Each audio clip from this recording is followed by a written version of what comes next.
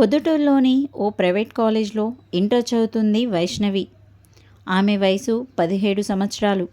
వైష్ణవి కాలేజ్కు వెళ్తున్నానని ఇంట్లో చెప్పి బయలుదేరింది. కానీ ఆమె కాలేజ్కి వెళ్ళలేదు.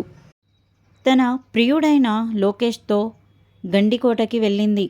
కాలేజీ యాజమాన్యం ఆమె తల్లిదండ్రులకు కాల్ చేశారు. వైష్ణవి కాలేజ్కి రాలేదని సమాచారం ఇచ్చారు. అయితే తన తండ్రి ఈ విషయాన్ని అన్నకు చెప్పాడు. అయితే తన అన్న వెంటనే కాలేజ్కి వెళ్ళాడు. అక్కడ ఆమె స్నేహితులను అడిగితే గండికోటకు వెళ్తానని చెప్పిందని చెప్పారు. అయితే తన అన్నకు అనుమానం వచ్చింది. తను వెళితే లోకేష్తోనే వెళ్ళుండొచ్చు అని అనుకున్నాడు. లోకేష్ బంధువులైన తన బావకు కాల్ చేసి లోకేష్ ఎక్కడ ఉన్నాడు అని అడగగా తను తెలీదు, ఏదో పని మీద వెళ్ళాడు అని చెప్పాడు. అది విన్న వైష్ణవి అన్న వెంటనే గండికోటకి బయలుదేరాడు. అంతలోనే లోకేష్ బావ లోకేష్కి కాల్ చేసి వైష్ణవి వాళ్ళ అన్న నీ గురించి ఆరా తీస్తున్నాడు అని చెప్పాడు. కంగారు పడ్డ లోకేష్ వైష్ణవితో మనం ఇక్కడి నుంచి వెళ్ళిపోదాం అని చెప్పగా వైష్ణవి మనం కలిసి వెళితే వారికి ఎదురుపడతాం, నువ్వు ఫస్ట్ వెళ్ళిపో, నేను తర్వాత వెళ్తాను అని చెప్పింది.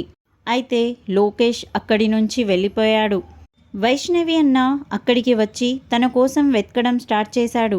కానీ వైష్ణవి కనిపించలేదు. వైష్ణవి ఆచూకీ తెలియకపోవడంతో పోలీసులకు కూడా ఫిర్యాదు చేశాడు.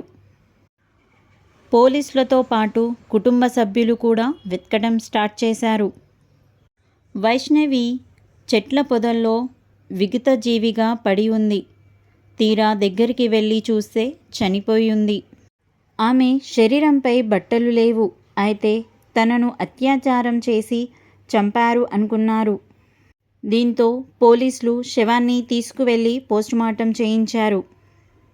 పోలీసులు సీసీటీవీ ఫుటేజ్ని స్వీకరించి తను లోకేష్తో వచ్చినట్లు గుర్తించి లోకేష్ను అదుపులోకి తీసుకొని విచారించడం స్టార్ట్ చేశారు. విచారించిన పోలీసులు లోకేష్ ఈ హత్య చేయలేదని నిర్ధారించారు. మరోవైపు పోస్టుమార్టం రిపోర్ట్లు కూడా పోలీసులకు అందాయి. అయితే అక్కడ ఓ విషయం తెలిసింది.